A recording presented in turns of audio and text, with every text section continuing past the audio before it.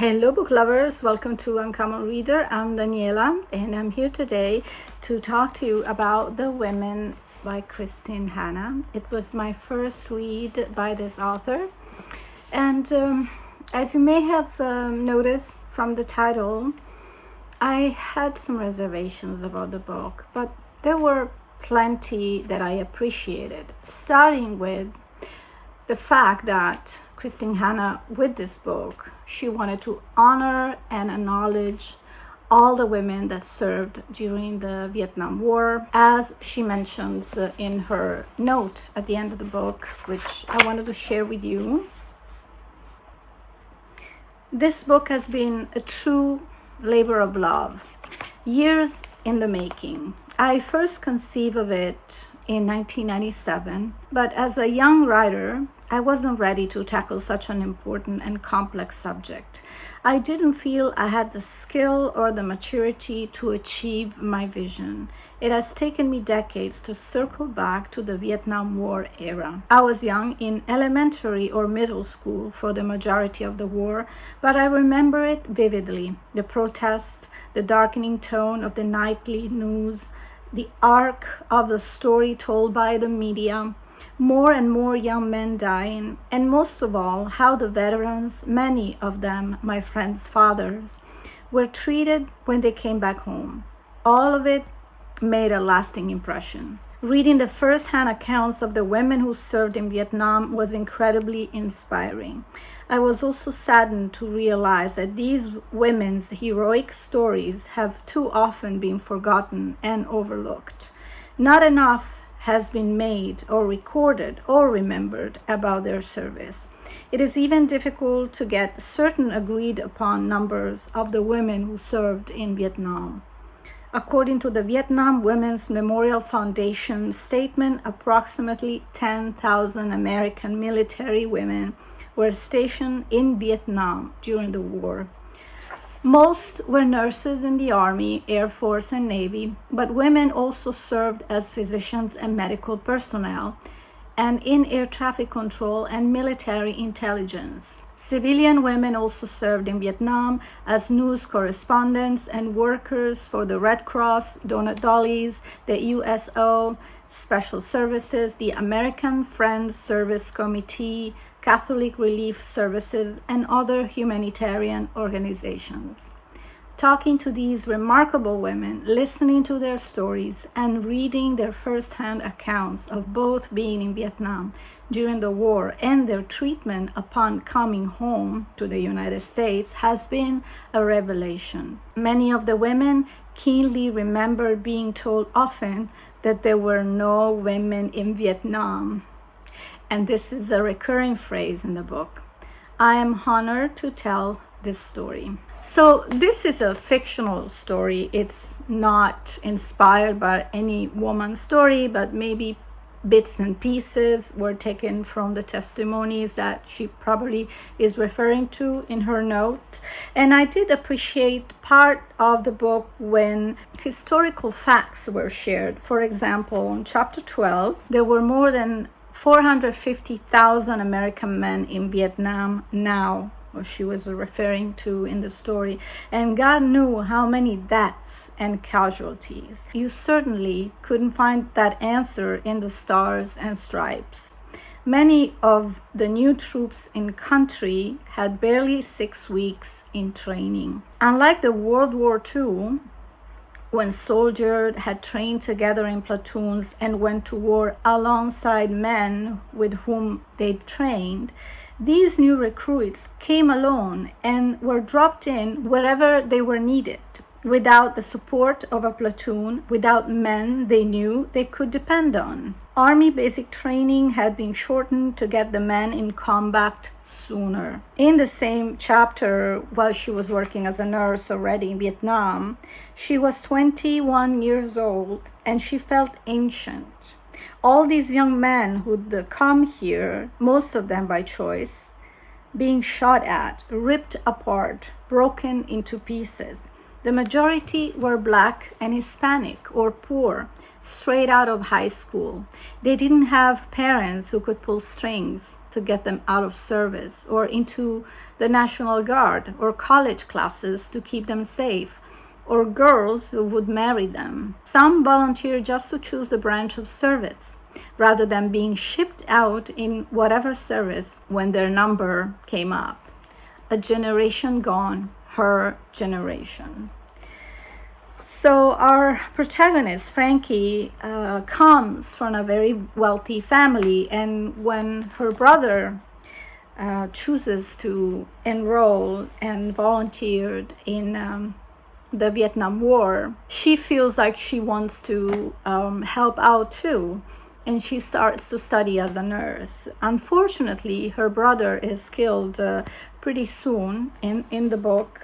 I think it says here, I don't want to give you many spoilers. And that urge that Frankie felt of going to Vietnam was even bigger once her brother was killed in action. Of course, her family was against her volunteering as a nurse, and they really didn't feel like women belonged in Vietnam, and let alone that they already lost a child. But also, she had a very difficult relationship with her father because he, even when she came back from Vietnam, wouldn't really acknowledge her sacrifice or even feel sympathetic of her serving in Vietnam. He was one of those people you wouldn't even want to talk about Vietnam. I think probably he was still in shock for losing his kid, and he had this very old style opinion that, women didn't belong in Vietnam in war. So the coldness that she felt from her parents when she returned for serving 2 terms,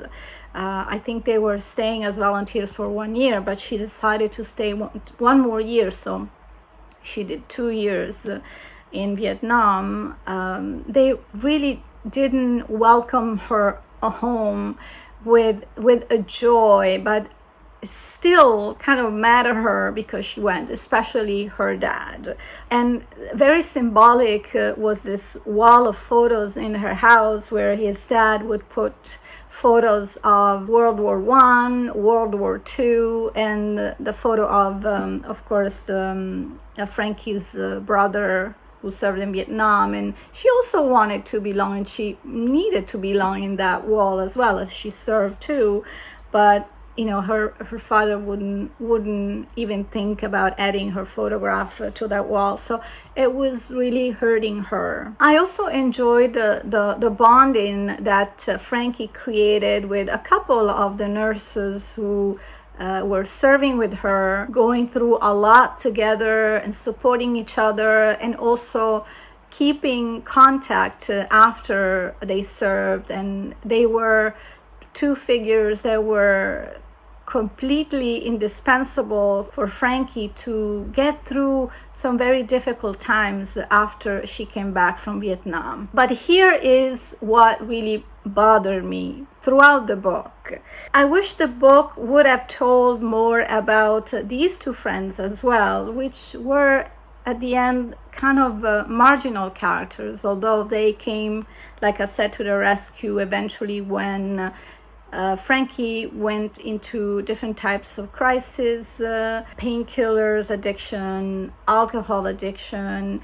But these huge problems that Frankie experienced after coming back were actually, it felt like they were not related to what they experienced in Vietnam, but they were more love loss related, because during her time in Vietnam, Frankie falls in love a couple of times. I'm not gonna spoil what happens, but it felt like a lot of parts where it felt more like a romance book and not an historical novel.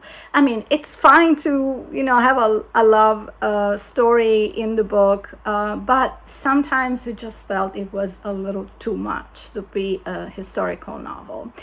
And in fact, that's my opinion as well. When she was back from Vietnam and having all these difficulties, it really felt like it wasn't about Vietnam, it was about her relationships. So to me, it felt like the title was sort of misleading, because it was all about Frankie and what really happened between these men she fell in love with in Vietnam.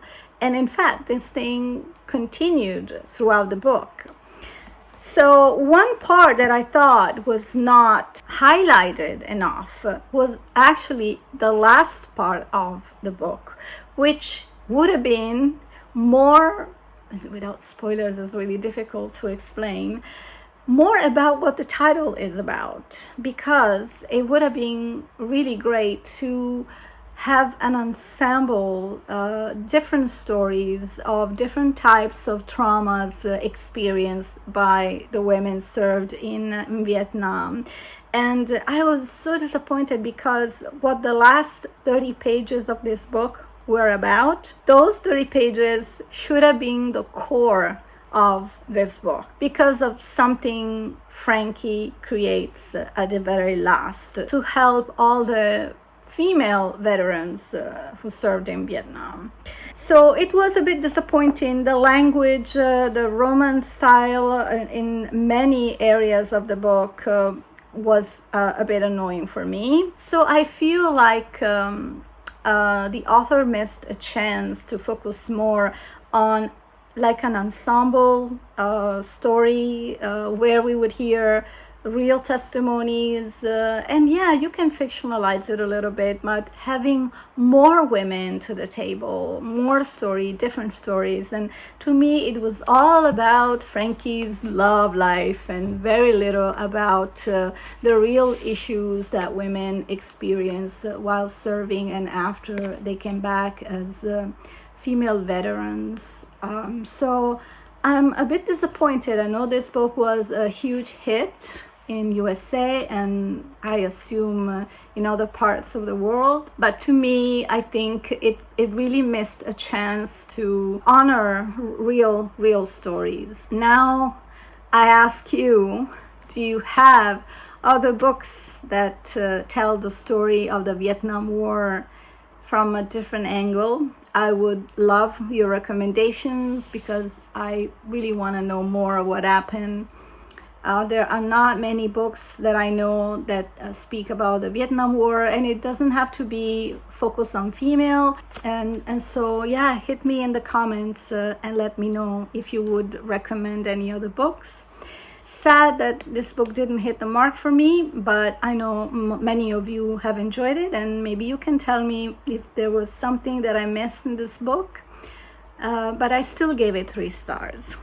And now for me, it's time to salute you. Thank you for watching this video, and I look forward to see you back here on Uncommon Reader very soon. In the meantime, happy reading. Ciao.